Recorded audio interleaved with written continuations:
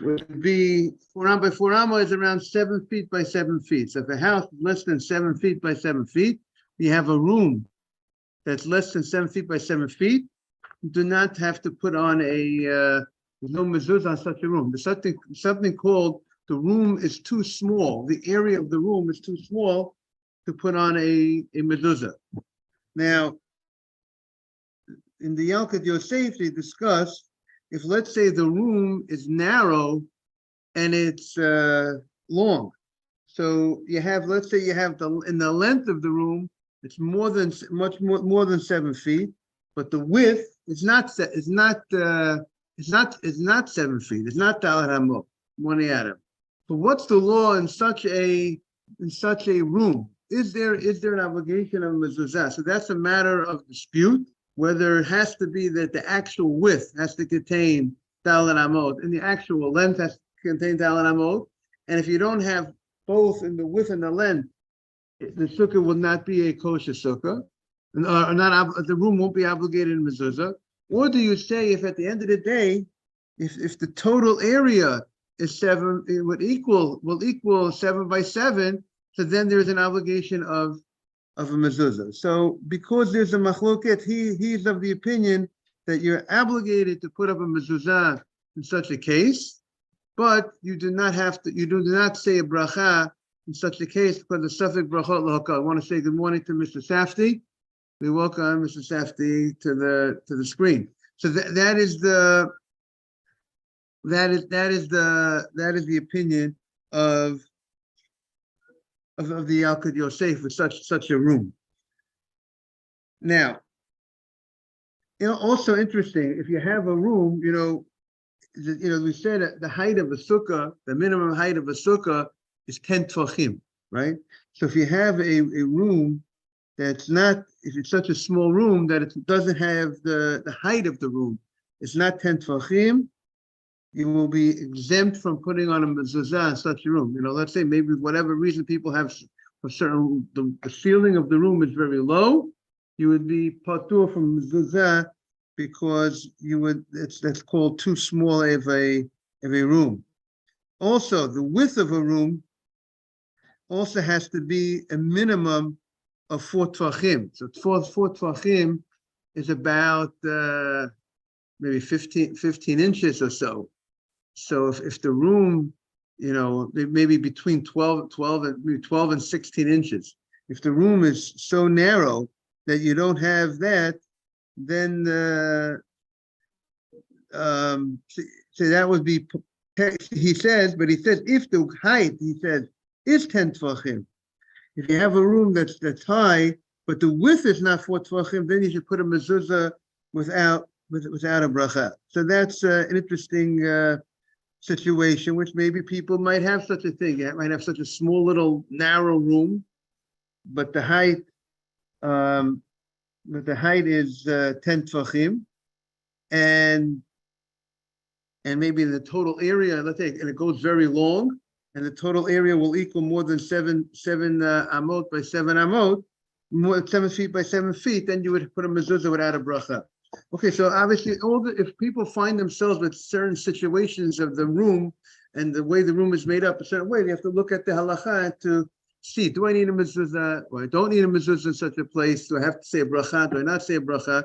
So that's but the basic thing that our Gemara says over here is that a room does not have dalan amot by dalan amot, which approximately a room that's less than 7 feet by 7 feet will not have to put on a mezuzah. Okay, so that's the one halacha. Next halacha is min hamakeh. There's a special halacha. You have to put up a fence. If you have, let's say, the Torah talks about you have a roof, and the Torah was talking about, people would have a flat roof. If you have a flat roof, and you would use the roof for storage. People used to go up to the roof. They would put their fruits on the roof to ripen.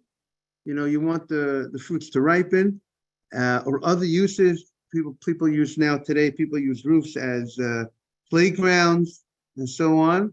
So there's a halacha that says you have to go ahead. The Torah says you have to make a ma'akeh l'gagecha. The Torah says you have to make a gate to protect your roof, to make sure to protect the people, that the people shouldn't fall off. Because if you don't make if you don't make that gate, you will be responsible for anything that happens on that on that roof. If somebody falls down. That's right. We're talking about a fence. The Torah says when you build a house, money. The Torah says when you build a house, you have to make and you have a flat roof. You have to make a fence, and and a person has to be very careful. In the Yalkut Yosef says that if you have to be very careful in this mitzvah. Now, what needs to be looked into regarding this mitzvah, if a person has a flat roof in one area, but nobody uses the flat roof on any regular basis, would there be any need to put up a gate or not? But he says, but definitely when a person uses the roof is used in any fashion. You use it, you spend time there, you hang out there, do anything there, if any type of dwelling for sure that you would do on the roof, then you would be required to make a fence. And if you do not make a fence, then there is 2 violations. A person will be violating, the Torah says you should not place blood in your house, and you're creating a situation where people could get hurt. And also the Torah says, Nishmartem ola nafshosechem, you have to go ahead and protect yourself, your health, and therefore you're not being protective of your health if you go ahead and you make a roof and you have a situation where there is no fence and people could fall. But then he says the obligation is of the Yalkut Yosef says in the Kitzur Chanor, the obligation of putting up a fence on the roof is only a roof that you live, place of Beis Dirah, thing that you use. Even if he says the use that you use on the roof is a temporary type of use. But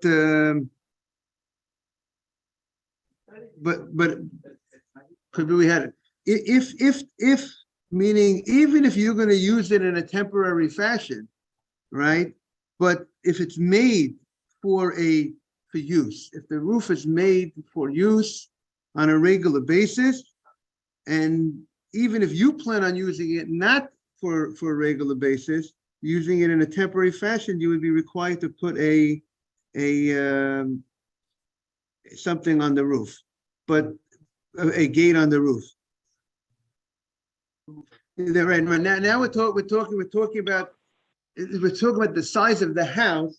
In order to be obligated to put a gate on the roof, the house has to have has to be at least a 7 feet by 7 feet. Dalet amot by dalet amot. That's the size of the whole. I mean, the language of the area of the language of the Gemara says, in order to be called.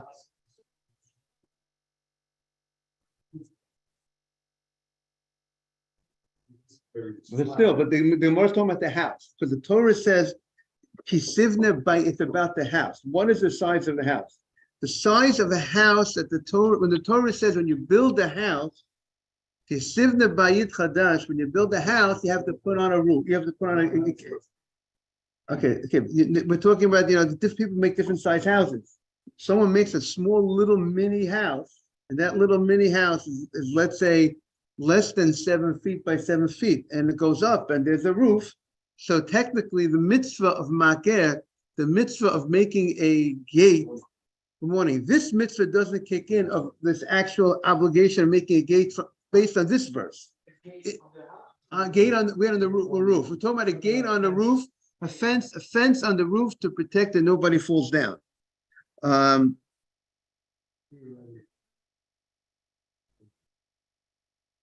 Theoretically, the roof could be any size. Exactly. So far, we're talking about it's a roof that you use, a roof that you use for, if you spend time on that roof, something that you use, the fact that you go to a roof once in a while, you have something on the roof, but you don't go, it's not made for use. Many flat roofs are not made for use. We don't use it. We just, you might have an air conditioning thing that, they come up to fix it, but that's not the roof that we're talking about. We're talking about a roof that's made for use. Like I said, in the old days, they would put their fruits on the roof to ripen and so on and so forth. And that's the roof that the Torah is obligating to put a gate. Now, the obligation, now, if you go ahead and you rent out the house to somebody, the obligation is on the rentee, the one who's renting the house, to put on the gate. And if the renter who does not want to put on the gate, then the obligation will be on the one who's renting out the house. If you have a landlord and a tenant, and the response, now you go ahead and you built the house and you're renting out the house, and the question, it has no gate on the roof, so it's really the renter's responsibility. But if the renter doesn't want to put on, the one who's renting it doesn't want to put on a gate, then the obligation will go on the owner of the house. And he says, if he's not fulfilling his responsibility, right? He has the responsibility. He's wrong, meaning both will be account, right? Both will be, but the first responsibility, the first obligation is on the person. He's a little interesting, a little different than mezuzah. Mezuzah, if you have a house and you don't live there, nobody's living there, you don't store things there, the obligation is when you live in the house, right? If you rent out a house to somebody, that person, he's responsible. The rentee, the one who's renting the house, he's the one who has to go ahead, and his obligation, he's living there. I'm not living there. You own a house. I don't have to put on a mezuzah. Again, the way it's saying here is that the responsibility is for the guy who's renting the house to put up a gate. He's responsible. But if he doesn't want to put up a gate, then you have responsibility. You're the landlord. And nobody, so you say who? So nobody pays in that case, because it's called a grama. You did something. You didn't actively cause a damage to the person. You were negligent in some sense that you didn't put on a gate, but you don't have to pay for it. Now you only pay. They pay upstairs. They pay upstairs. Maybe in the courts down here, maybe in the American courts, they will say it's a negligence on behalf of the owner of the. But and Hashem, God will punish the person who did not prevent the damage from his house. If you had a responsibility to do it, because if the rentee didn't do it, then you had a responsibility. So you're held responsible also. So everybody said, what'd you say? We are on page Gimel Amud Aleph, 3A, on the 3A.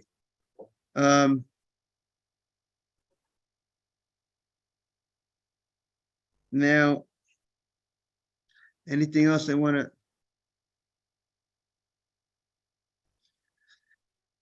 Okay. He says, also, he talks about the question of making a bracha. When you put a fence on your roof, it says about saying a bracha. There's a bracha to say, there's a bracha on that. Not everyone, I recall, I think not everybody universally says this bracha, but definitely the Yalkut Yosef says you say a bracha. I'm putting, and you should say this bracha right when the worker is finishing the making of the gate, right before the end. And there are those that actually, he says, say the bracha right before they start the process. He says, even though it's interesting.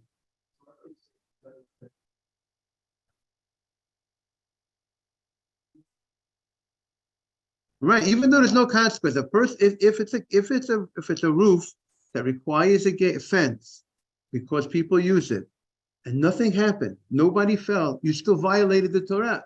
The Torah said you have to put a gate. The fact that people were careful and nothing happened to anybody, but you created a situation that someone could have fell. So all right, so that also now there's two halachot. There's two mitzvot that we have to look at. There's one mitzvah that talks about making it around your roof.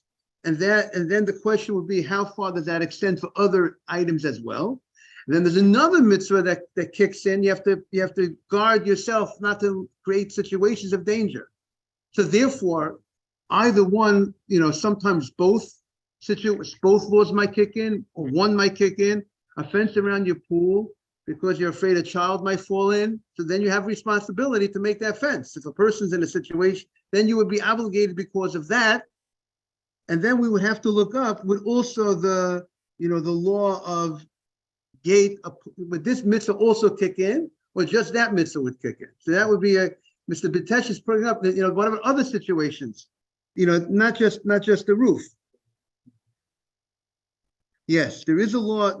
There's a basic law on the height of the fence, like any other wall that we've been speaking about. A wall, just like a sukkah wall, the height of a sukkah wall is a minimum of 10 tfachim, right? 10 tfachim is about, let's say, up to 40 inches. Let's say, if you were depending, 35 to 40 inches, something like that. So that would be the bare minimum size of the height of the gate. He says over here, the gate has to be strong, no one should fall, and he says the height of the gate, but if let's say 10 tfachim won't do the trick, let's say you're in a situation that if that's the size, but you still feel that it's still dangerous, then you have to do whatever it takes to prevent the danger. He says, there are different. He says, how much is 10 tfachim? So he says, 10 tfachim. He says, usually a lot of times we'll say 10 tfachim is 80 centimeters. How many? Put it to inches. What's 80? About 3.5 feet. Okay, we have.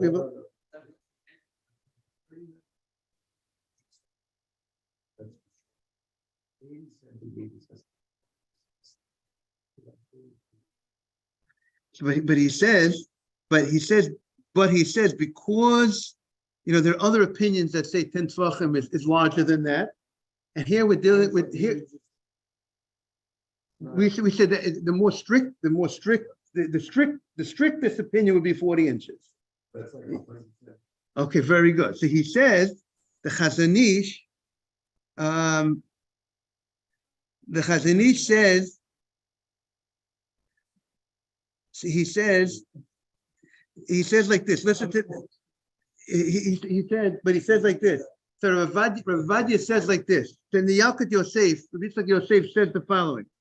But according to the Chazon Ish measurements, it would come out that 10 tfachim would be about 97 centimeters, which is closer to the 40 inches that I was talking about, right? No, again.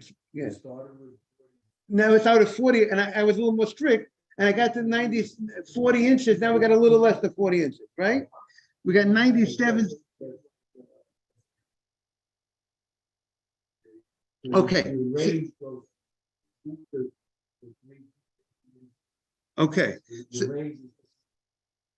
So he says, but he says that because we're dealing with danger, so it's better to be strict to make it higher. But he says it's a chumrah, it's a stringency. It's not the actual law. The law would be 80 centimeters would be enough.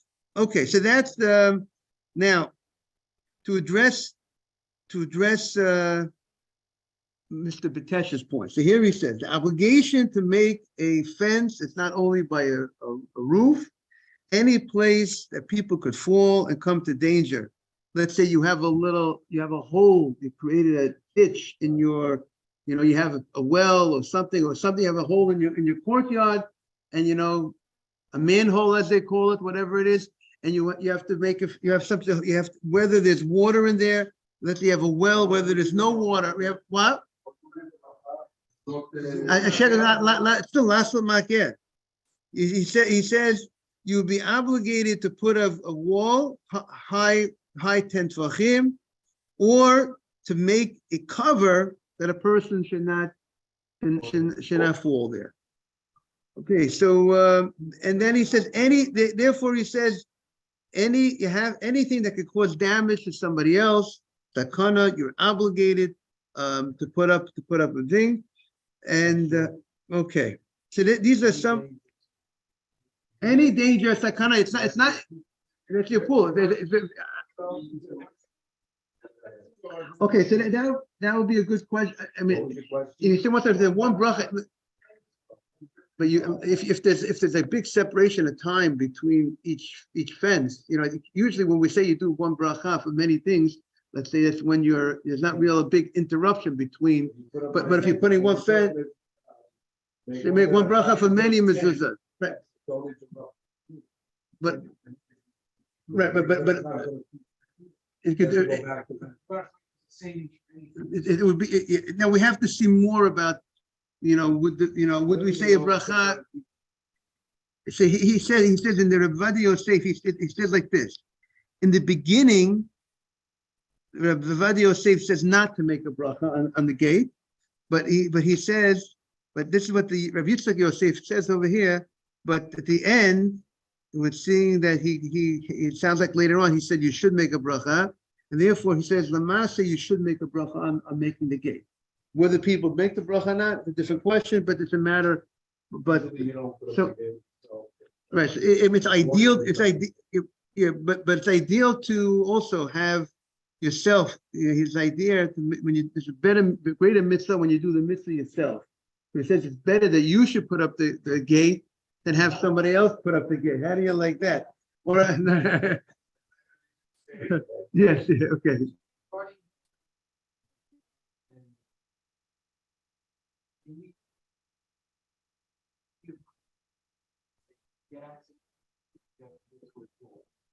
This door, it's locked. This has a gate. For example, but if you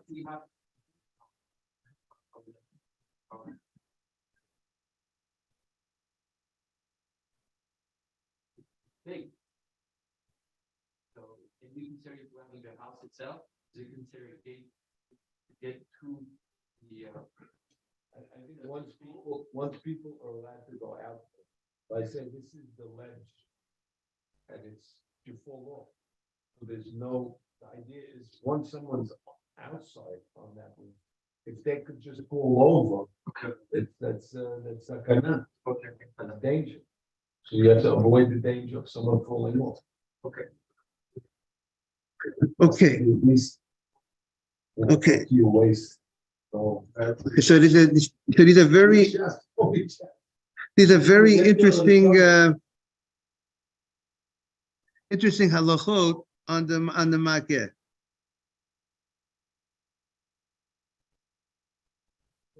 No move. You just from straight out. He said you can make. He said you could build a gate even. You have a gate around the house.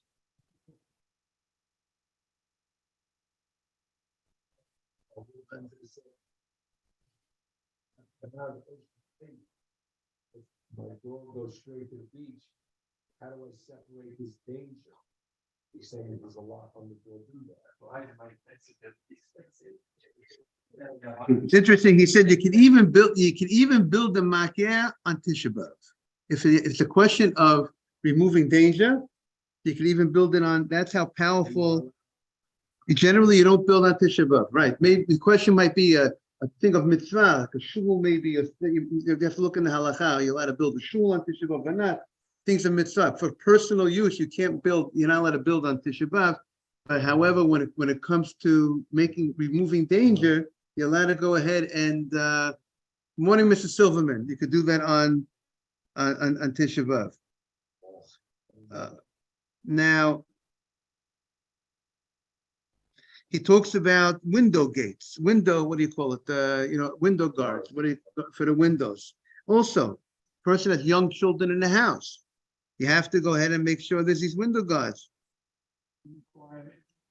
Yeah, but even if the city will not catch you, God caught us. Therefore, that would be it's a biblical obligation, meaning having window guards on one's windows is a biblical obligation. Handrails too. Handrails too. Protect the children of the house. So it's the same thing. We said before, the tenant has the responsibility to put up the window guards. But if the tenant, it would come out interesting, if the tenant does not want to put up window guards, right, it would sound like we said before, then the landlord should be responsible to put on the window guards to protect the people that are living in his house. Pay the land, okay, but in Jewish law, it's the tenant's responsibility. But if he doesn't do his responsibility, I, the landlord, has to protect that the people who are living in my house their kids don't fall. What? No, it's family with children. So if you rent out your house, a family with children, and the guy says, the tenant says, I don't want to have window guards. I don't like window guards. I don't like these. I don't like the way it looks. And I'll be careful. We won't open the windows, right? They won't open. We'll be careful. You have to say, then the landlord would have to insist and say, no, I am putting up the window guards. It's interesting how in the Yalkut Yosef he talks about Moni Avram. You know, a lady when she gives birth, she has to be careful, he says, when the baby, he says she should be careful when the baby is next to her, not to, you know, we had that story in Shlomo HaMelech. I think the story over there was when the baby died, because the lady had you know, when she was laying down, she took away the, you know, she killed the baby by inadvertently. See, he says here, interesting that he says such a halakha. Yoledes, a lady who gave birth, should be careful not to sleep in a way when the baby's next to her in any way that will be dangerous to the baby. That should cause a suffocation to the baby. I would think many women sleep with the baby next to them, but it's interesting that he brings down such a thing that people, again, if there's a danger in any way, we have a doctor in the house now. So we have a doctor in the house. So what do they say, Avram? They don't recommend that the mother should sleep next to the baby? You've heard that, everybody? I never heard that before. Because it's dangerous, and that's what he's saying over here. The fact that what'd you say, Avram? So this falls in the same category. Yeah, it's a category of not doing something. It's a question of safety, and therefore it's brought up. It's very wide, and a person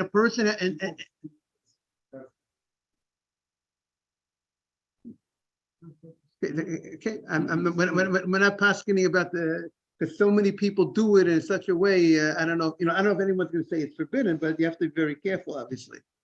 But again, there is such a thing in the Gemara that says Chamira Sakanta Meisura.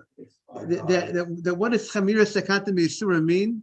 That we are even more strict when it comes to danger than when it comes to Isur. When it comes to kosher or not kosher, Isur. Chamira Sakanta Meisura. Danger is more strict when it comes to danger than when it comes to kashrut. Or something that's the mindset a person has to have. The same way you're going to be so careful not to eat something, good morning, not to eat something that might not be kosher, or do something that's forbidden because of the law. You have to go even more strict when it comes to the laws of danger, and that's why the Yalkut Yosef says that even in general, we won't be so strict about the height of, certain heights of certain things, certain measurements. We'll use a more lenient measurement. But when it comes to the gate, it says, go with he's recommending, be machmir, be strict like the Chazon Ish's opinion, that it's morning boss, that it's a higher height in order to prevent danger. So that's we've heard of too many stories about pools. People. Okay, it's something that people also should be careful about. Okay, so that's a little bit about our Gemara mentioning about the gate. back to the Gemara. We are on Gimel Amud Aleph, 3a on the bottom. We're just talking about the dimensions of a house, a bayit, in order for it to be obligated in a mezuzah, in order to be obligated in a makeh, into a gate. We're 3a3. So it's patur. We said that it's patur. A bayit she'ein bo aba amad al aba amad patur min mezuzah. It's exempt from mezuzah. Umin makeh, and it's also exempt from a gate. But again, we said it's only exempt from a gate from that mitzvah of the gate. You know, that specific obligation that the Torah gave you to make a gate based on this pasuk. But if there's a danger, there could be other sukkim that other mitzvot will kick in. The einam b'tamei bin negoim. You know, there's certain houses that if it's leprosy on the walls of the house, you know, there's laws the Torah talks about. How do you deal with a house that has leprosy, spots in the walls, spreading of the spots? What do you do with it? So, but the house has to have a minimum size to be subject to those laws of leprosy. It has to have the size of Dalan Amot by Dalan Amot. If it's less than 7 feet by 7 feet, it's not subject to those laws. It's when it comes to a house, if a person sells a house, there's a law that when you have a house that's in a walled city, so there's certain laws that if you sell that house, you have 1 year to redeem that house. That the buyer would have you have 1 year to redeem it. That the buyer has to let you buy the house back. Many times a person will sell a house because why are you selling a house for? Because you have no money, you need to raise cash, and you're selling a house. So the Torah gave you a year to get yourself back, your financial situation back, and you have a right to buy the house back. The buyer knows what? Yes. So if someone agrees to sell their house, backing out. Someone agrees to sell his house. But then they say, you know what, I'll go and sell it to you. I agree to sell it. Right, so generally we say, again, the fact that you agreed to sell someone, you're supposed to keep your word. Right. But you didn't. Now, the question is, what Yeah, did... I could agree to sell it, buy it back. Very good. This is part of the, everyone knows this is the deal. This is the terms and conditions, good morning, of selling a house in a walled city in the Holy Land, you know, during the time of whatever time this mitzvah would apply. But during the, but that doesn't apply to, again, we're talking about Brooklyn is the Holy Land when you bring a lot of good things to Brooklyn. I was in the Yad Yosef Center last night for Bar Mitzvah. That's a holy place. That's holy. It's a holy place. What did you say? No, you would have to buy it back for the. Okay, I would think you're buying it back for the price that the guy paid you $1 million for the house. You have to pay him back. You redeem the value that amount. You have a 1 year. That's the terms and the conditions. The Torah gave the seller the opportunity to buy it back. But again, your question is that is the right. It's not like I made up with you something and I'm changing my mind. This is your right. This is your right. Meaning you.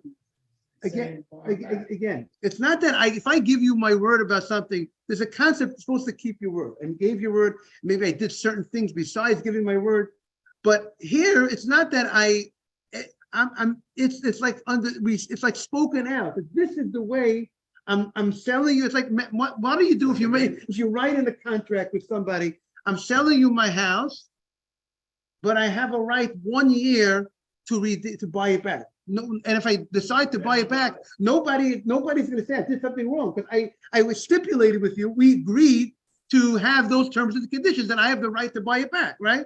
So that's what the Torah created, those terms and conditions, to give you the ability to buy back your house. You have 1 year to buy it back. That's what the Torah says. Even it's not in the document, it's in the document of the holy document of the Torah. That is the unspoken, that is the rule that's written in the Torah. So, what do you say? Right, that's talking about a walled city. I want to wish everybody a great day, Chodesh Tov, and we'll see everybody tomorrow. Beautiful crowd, everybody, both here and on the screen. Thank you all for joining. Chodesh Tov, Rabbi. Chodesh Tov. Should be a beautiful Chodesh. Amen. Siman Tov. Doesn't apply today. Yes, this halacha. Have a great day, Mr. Silverman and Jaime, everybody. Rabbi. Thank you, everybody.